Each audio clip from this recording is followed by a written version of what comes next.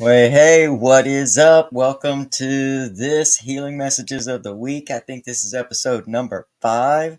Y'all let me know how the audio is doing tonight. My awesome little cousin brought me this great little freestand mic until I get my new setup set up. So, y'all let me know how it's going. Let me know how it does. Listen, I think we're going to talk a lot about a lot of stuff tonight because I got so much on my heart, so much on my mind, and I don't even know where to start, honestly. So, hey, if you're here and y'all want to do ask any questions, throw in any topics, man, let's just go off the cuff. I leave myself open each week for whatever comes through me through my own healing, and I've just been going through so much that I'm just coming into some resonance with some stuff. And so there's so much that we can talk about right now. One of the main focuses that I've been focused on in my own recovery journey, and getting to talk to a newcomer, which I haven't really gotten to do in quite a while, getting to do that over this past week, it's really brought me into some places of suffering. What keeps me suffering, and what I've really found over and over again is that suffering, for me, and across the board, suffering is a resistance to what is. So how can we turn suffering into victory? How can we take suffering out of the equation and really move through it in healing? Because allowance has a lot to do with that. So we're going to talk a lot about that tonight. If y'all have anything you want to talk about, put it in the comments. What's up, Pamela? What's up, Sarah Jane? Y'all, I'm so excited. Super excited. I finally got Pamela's new book, Behind the Mask, Gloves, and Scrubs, One Nurse's Journey. I'm so excited. I'm getting into this. I love Pamela. She's got her new book is available on Amazon. Let me get my banner up. I've got too many things going tonight, trying to do too many things at once. And at the same link, you can still buy Pamela's first book, her memoir, I Didn't Come This Far to Only Come This Far.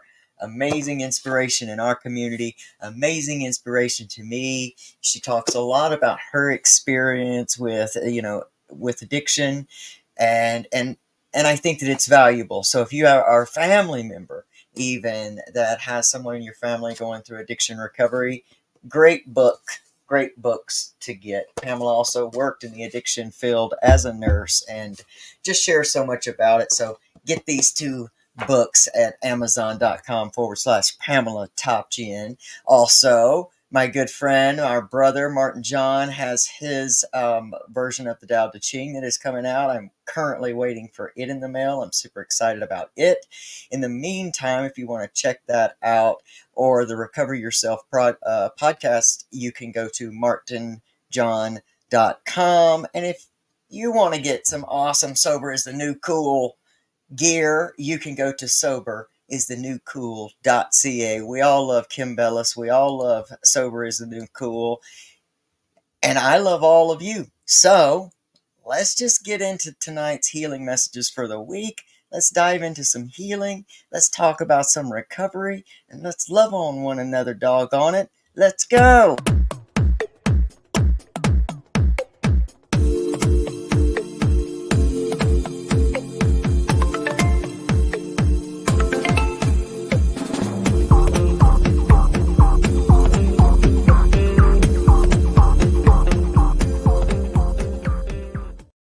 Woo. Welcome. Y'all know I'm doing these shorter messages while I'm in between in hiatus from Recovery Soul Food podcast right now, just to stay connected to you all, to the energy, to the community, to stay connected to my own passion, giving these shorter versions of messages that can just help through the week, through your recovery, and through your healing journey. I am telling you, just celebrated 5 years in New Zealand. That's Sarah Jane. Big stuff happens in year 5. I mean, there's so much. It's just like this constant evolution of healing when you're walking in that space. I really, really have been diving into myself from like 2023. I'm finding myself in places that are very uncomfortable emotionally and mentally. And as much experience as I have in this through this healing journey, not even just my recovery journey, but my recovery journey is a healing journey. It's not just to count days clean and sober, learn new coping mechanisms, because coping is more about giving in to your life, your circumstances, your experience, versus healing through it. Because my goal to heal through this thing, man, I didn't start this recovery to just always be looking over my shoulder for relapse. It wasn't going to happen for me, man. I can't do it that way. And so I dedicated myself to going through down to the roots of what it was that kept me always escaping my own life, my inability to regulate and be with my emotions and be with my past and be with my experiences, and in today's world, we've got a very short we've got some things that are very dangerous out here in the world right now. I've talked a lot lately about mental health and emotional wealth TikTok and Instagram, 1 to 3 minutes about very uh, complex issues, very complex ideas. We're hearing a lot about manifestation and law of attraction, and even with it can be misconstrued with my own tagline that I invented. Getting up from your give up and creating a life that you love.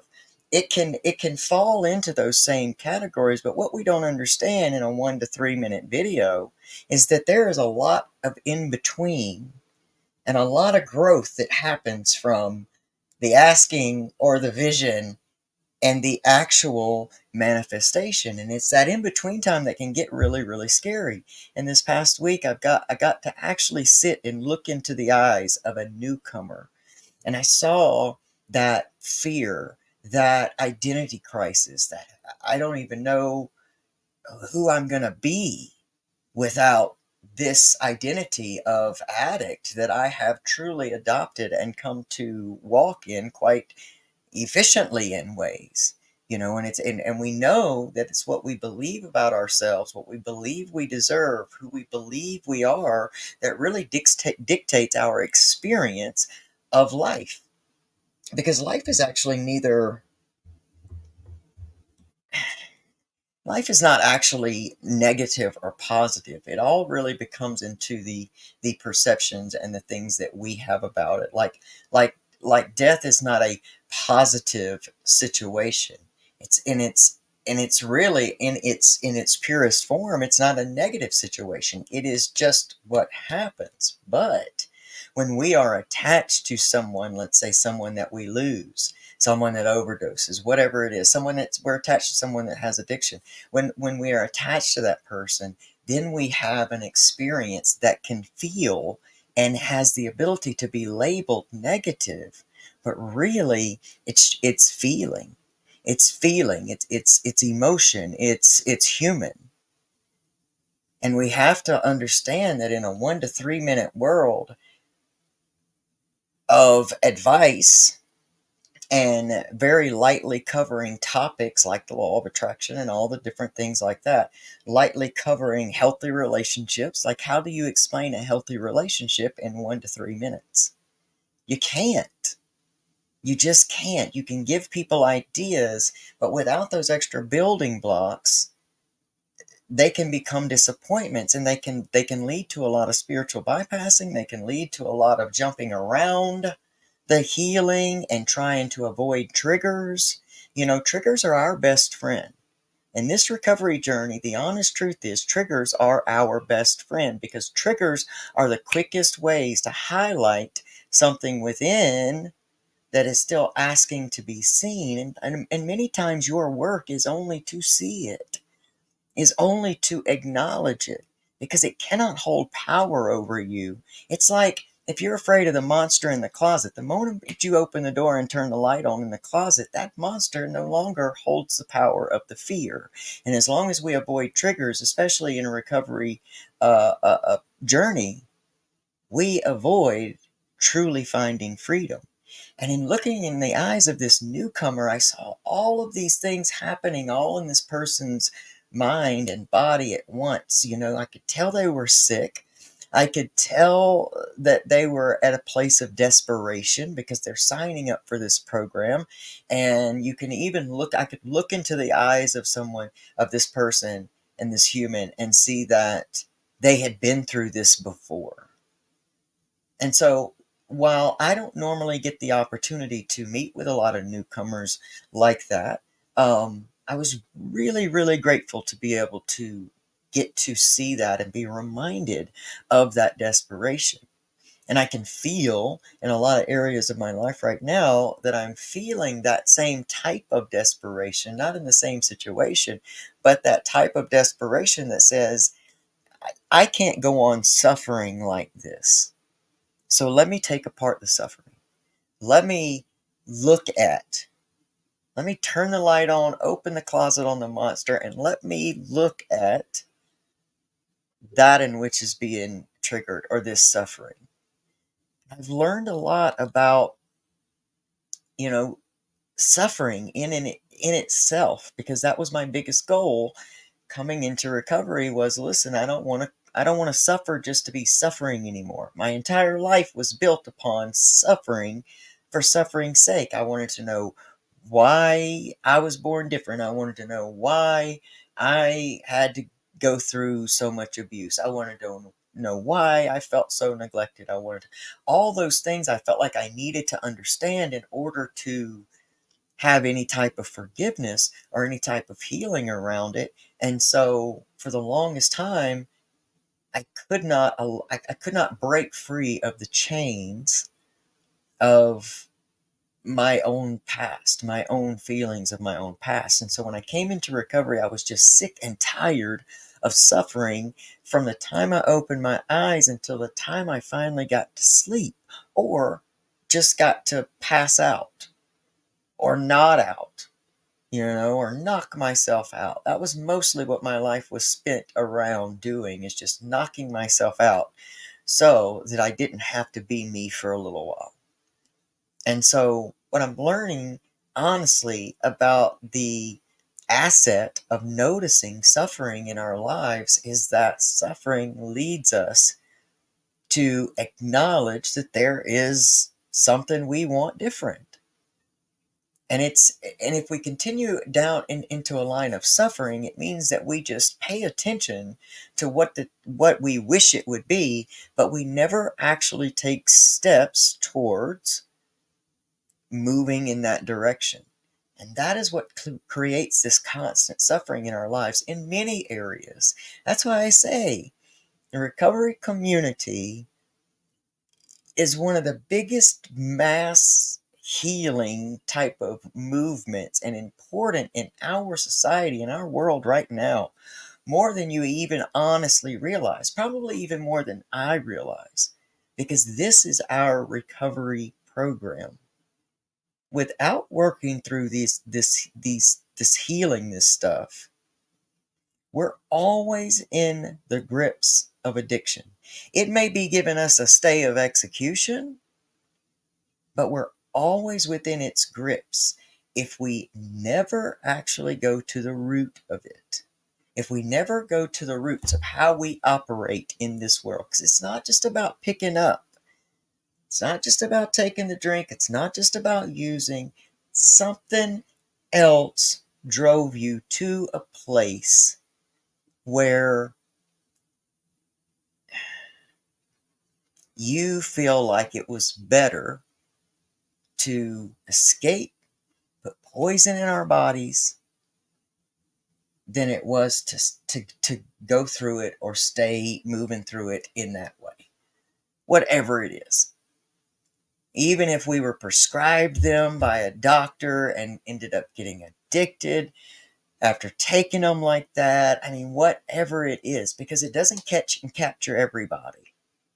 So, number one, you're special. You're special. You may not feel special. You may think that sounds like bullshit, but you're special because for whatever reason you signed up to go through this healing journey. And addiction led you to break that open. And see, we got the door kicked open because addiction leaves nothing in its wake but destruction. So by the time you wash up on the shores of recovery, you are beat down, broken, and tired. And that's when we become willing to willing to accept the things we cannot change.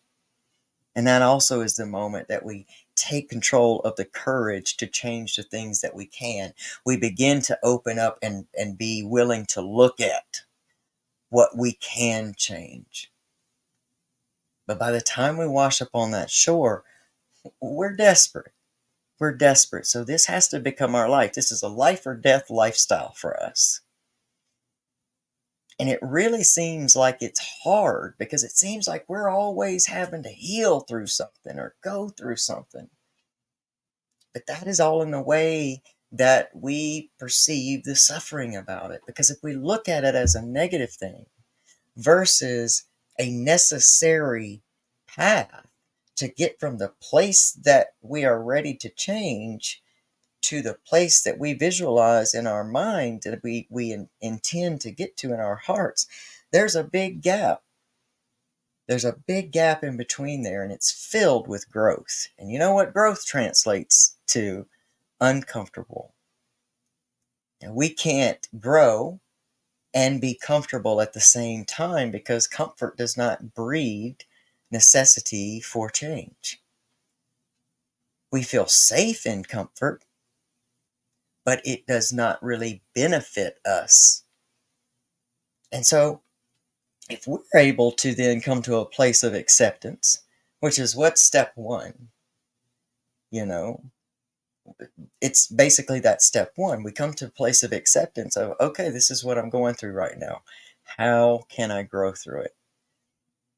What is it calling me to see within me that is going to help me become the person that I envision to be?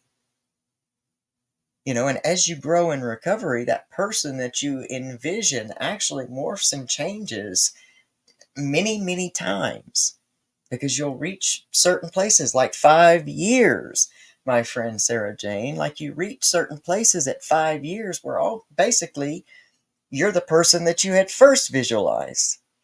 And now you create a new vision because you've now accomplished this amazing thing. And so now new things come up in year 5 and we start working new lessons and we start growing to new spaces.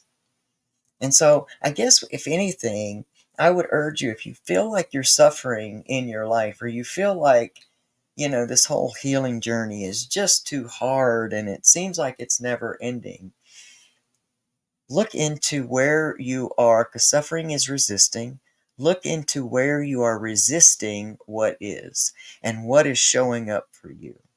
Your reality will mirror what is within you that is within. I mean, it mirrors back to you what your core beliefs are, what your core operating systems are. It mirrors that back to you. And so if you're confused, I guess, about where to start or what to begin to heal, look at common themes that come up for you a lot, common situations, common actions, what is the theme that runs through your life? And then you can find the belief system that surrounds that, and you can find where maybe that even began. And as you do that, you're pulling that weed from the root. And I do want you to be careful in this 1 to 3 minute world when they're talking about complex parts of the spiritual community, like the law of attraction and like manifestation and like visualizing and all of those things, because it's very engaging and it hits a place of dopamine within us, and it's also very good information, but there is so much that is left out of that you cannot explain in 1 to 3 minutes. There's so much that's left out of it that we can get into a very toxic situation by gauging our perception of normal and healthy on mental health and spiritual TikTok, YouTube, Instagram reels. I always try to partake in long form content because so much reveals itself as long term content, you know, happens.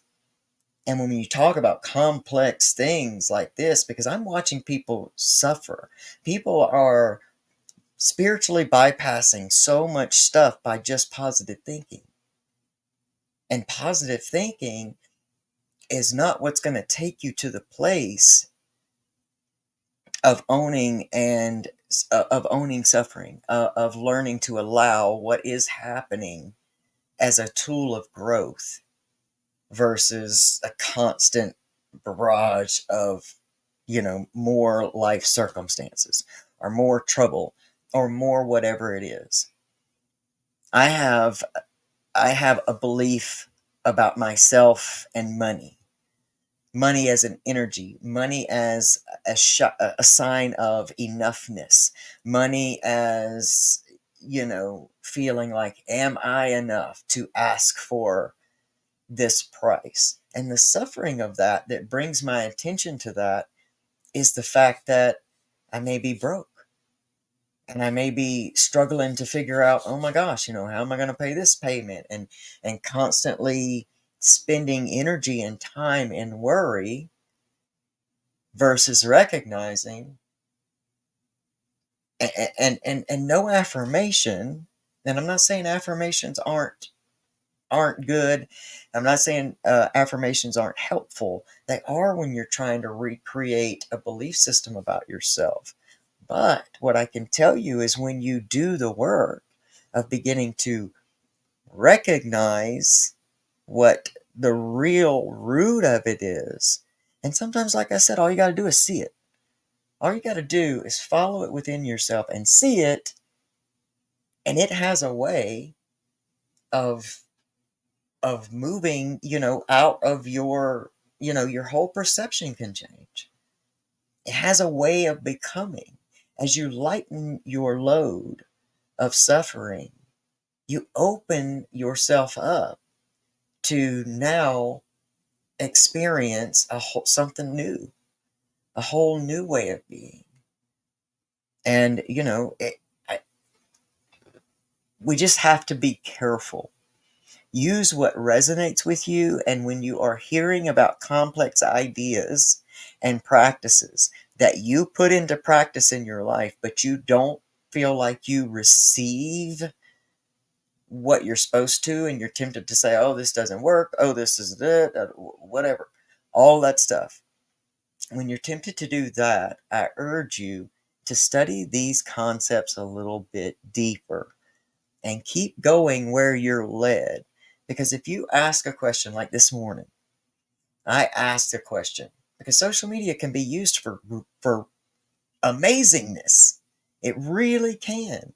There are platforms out here that are so full of information and so full of beautiful healing because we can't all, everybody, especially in the recovery community, can't all afford to hire someone to coach them or mentor them into these deeper healing realms. And so we can utilize some very good platforms. And if anyone, I'm happy to always let you know which ones I watch and the people that I've grown to trust and the people that I utilize on social media. I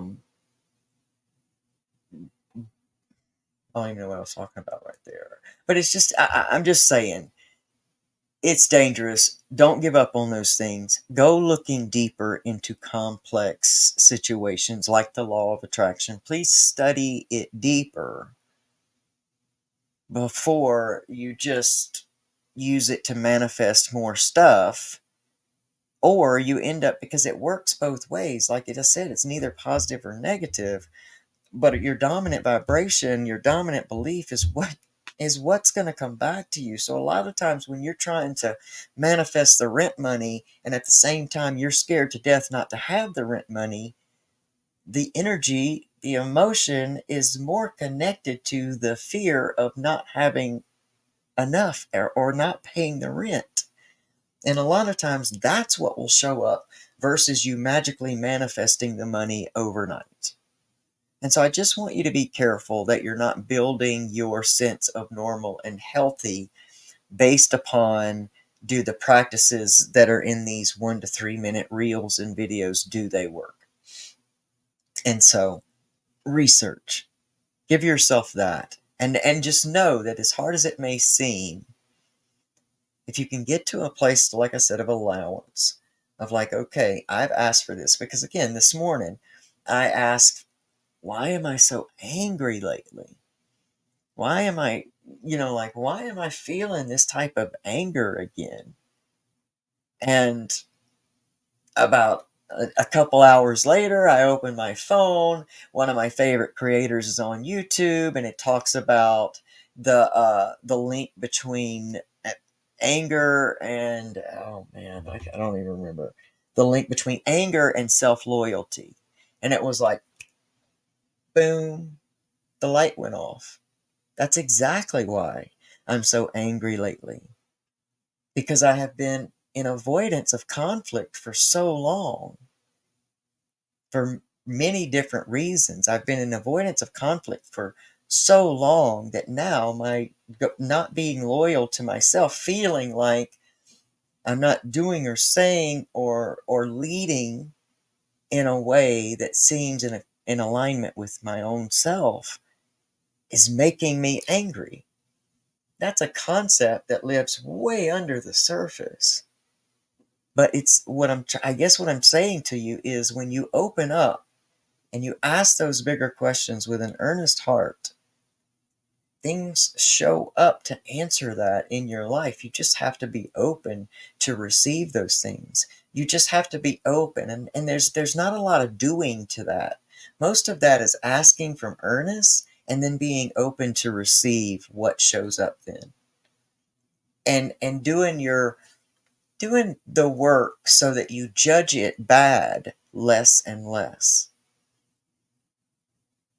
Because I'm not talking about like big things like death and all of that stuff. I don't really like to talk about that in these realms because, that's a complex subject. But a lot of times you think that you'll say a prayer and bad circumstances show up. Well, a lot of times that is because you've opened yourself up to this prayer, and this is the path to it. It just doesn't resemble the path that you had in your mind. And so I urge you, don't suffer through it. Look at it through the lens of acceptance and know that it is growing you if you go through it. Open the door on the monster of your triggers and flip on the lights. Stare them in the face where you feel safe to do so. I don't suggest this in day one and, all of that. But in year 5, my friend, flip the light on those triggers. Stare them in the face. And oftentimes, that will be about the work that you have to do on it. Because when you stare them and you throw the light on them and you see them, they're not so scary anymore, and they don't have a hold of you. And that's one less. That's one less thing that can keep that helps you just continue to outrun that relapse until you heal that, and you're not in the chains of addiction. Because a lot of times addiction will just give you a reprieve, just give you a little break from it. But relapse is always right there waiting for you. So don't avoid being uncomfortable. Grow through it. Don't just go through it. Let me see. What's Alexis is here. Hey, Brandy. Hey, Lisa. Hey, Billy. Nice to see everybody. Janet, way to see Janet, Pamela, Sarah. Hey, if I don't see you, your comment, please know that StreamYard only shows me so many, and I do my best to try to go back and see all the comments. We're live on like 6, 7 platforms right now, so you may be leaving a comment on any one of those, and I do my best. And also know that the audio version of the audio from this tonight will be uploaded onto Spotify tonight and Apple iTunes tomorrow. And if you will, if you enjoy the content, I don't do any kind of ads, I don't do a whole lot of shares.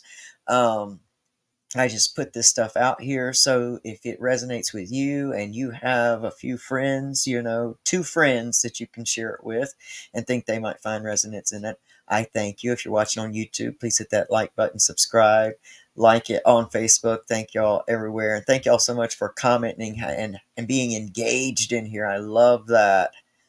Don't use TikToks. I wind up scrolling the reels sometimes on Facebook and see them, though mostly consist of animal funnies. Yeah, like see, it's so positive. There's it's polarized. There's both good and bad. I'm just seeing people right now get their context of what normal and healthy is, and building this picture in their mind, because it allows them to a lot of times bypass the current real shakeups they're being put through. Big things are changing in their lives, and they're trying to define normal and healthy via these very quick, small snippets of advice from people. And of course, everybody's cashing in on this new movement. And so what that does is just flood the market and flood the platforms with more people that are just out there to give people, all of us, a watered down message with an agenda to sell something on the back end. And I'm not saying that's wrong. I'm not saying that spiritual teachers and all of that should not make their money, but I think that's where you come in, and where your discernment begins to start getting activated.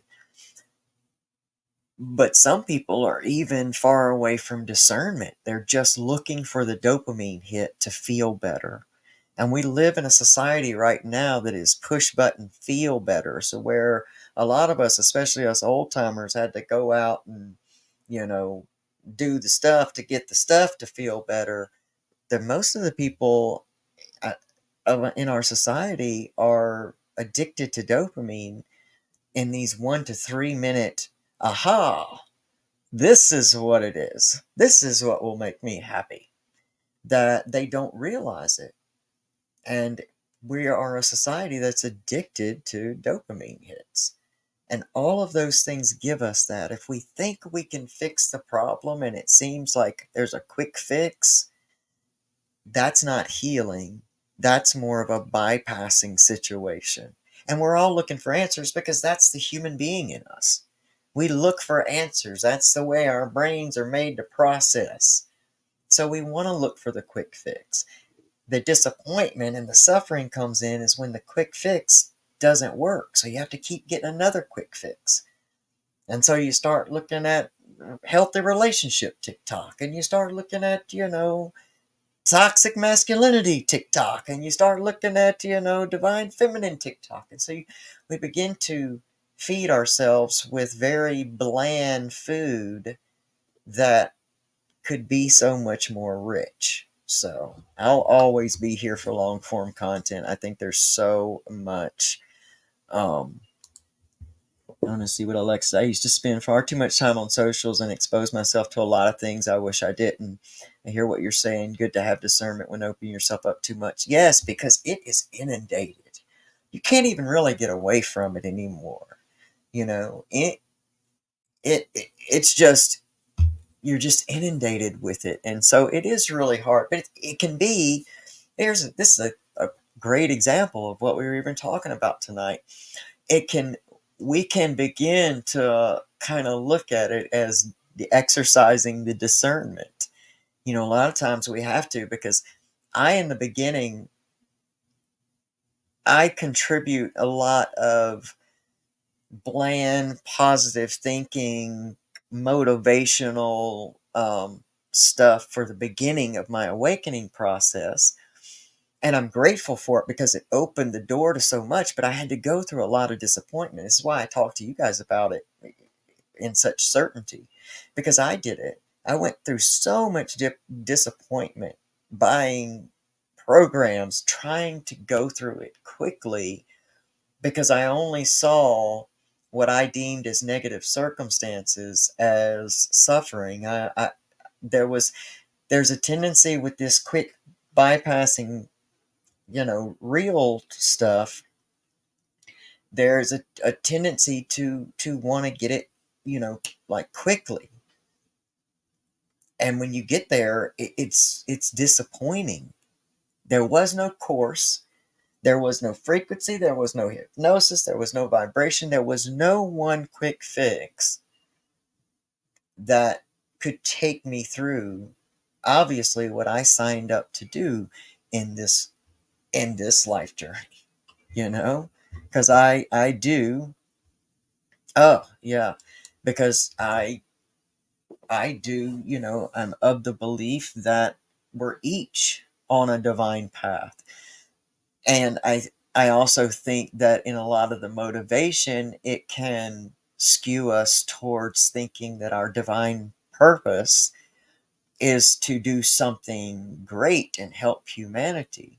And I think that's the difference between purpose and passion, because I think purpose is you come from a long ancestral line of human beings, and there are these cycles that have repeated themselves through those lines. And I think that each generation comes to either, do some positive healing in that aspect, because everything that you heal within yourself, you're healing within your ancestral line backwards and forwards. So you're healing that. And I think that that's more of us working to come into alignment with who we are at a divine core, and whatever that best version of ourselves is that we accomplish is more of our purpose, and then our passion is what we give the experience of that purpose to, I believe. So if like this is my passion, then great, because it aligns with that purpose. And so anyway, that even makes sense. I struggle with emotional regulation still. It's been a long journey. That whole emotional, hey, what's up, Rachel? What's up, Rachel? Rachel said she's about had enough of all this. Good night. Well, good night, Rachel. Hope you're well. Man, I love it when it feels like it aggravates you. It's getting at you. It's getting at you. But emotional regulation is still a part of my whole journey too. It's hard to regulate. I think that was a big part of my addiction journey, was not being able to regulate my emotions, not knowing how to go through something and not getting so overwhelmed so quickly. So, that whole regulation is a trip. It is a trip learning about your nervous system. And The Body Keeps the Score is a great book, and there's a workbook out that you can get to go with it too. So for anybody, I think all of us in addiction are in some way, shape, or form working on emotional regulation, learning how to go through it, and grow through it. Pamela says she deleted her TikTok. It was causing more anxiety than anything positive for me. Yeah, so much, man. So much. So much. Because there's so much you can get involved in. And again, dopamine hit. What president you gonna vote for? What's this gonna be? And what's that gonna be? And what oppressed people are standing up for rights and stuff today, and what chaos is going on. It's so, I mean, it's enough to it's enough to take you away from what's really true. It's enough to take you away from what's really true for you. And it's a quick fix, it's a quick escape. And so, yeah. All right, this has been fun. I love you guys so much. Thank you guys. I appreciate you more than you can ever know. Thanks for letting me sit here and do this. I think for real this time. I think for real this time. Tomorrow night at 6:30 p.m. No, 7:30 p.m. Eastern Time, 6:30 Central. We're going to go live on Recovery Revolution Live with my favorite gang of misfits, the whole team, Brett, JR, Ashley, and Jason. We're going to get to sit and talk with them again. So y'all join us for that. We'll probably be here live either on my YouTube or on my Facebook page as well. I like to add it over there so nobody misses it. Love sitting down with them. And and yeah, and I'm looking forward to getting my other podcast. Shout out to my other brother in this recovery journey and healing journey in life, Eric McCoy, doing some walk a mile in my shoes with him. It's been so funny kind of watching how that show has evolved and how I've moved through so many triggers, in doing that show and have to do so much work, a lot of times around being triggered in that show. It's so neat. So if y'all don't know about that, it's called Walk a Mile in My Shoes, and you can find that on YouTube as well, on Spotify, iTunes, and highwhileclean.com. Yeah, you can find every episode there. So I thank y'all so much. I appreciate all your support. I love you guys. I want you to have the best amazing week possible. And just know that I love you and I'm in all this with you. So y'all have a great night, and I will see you next time. Thank you.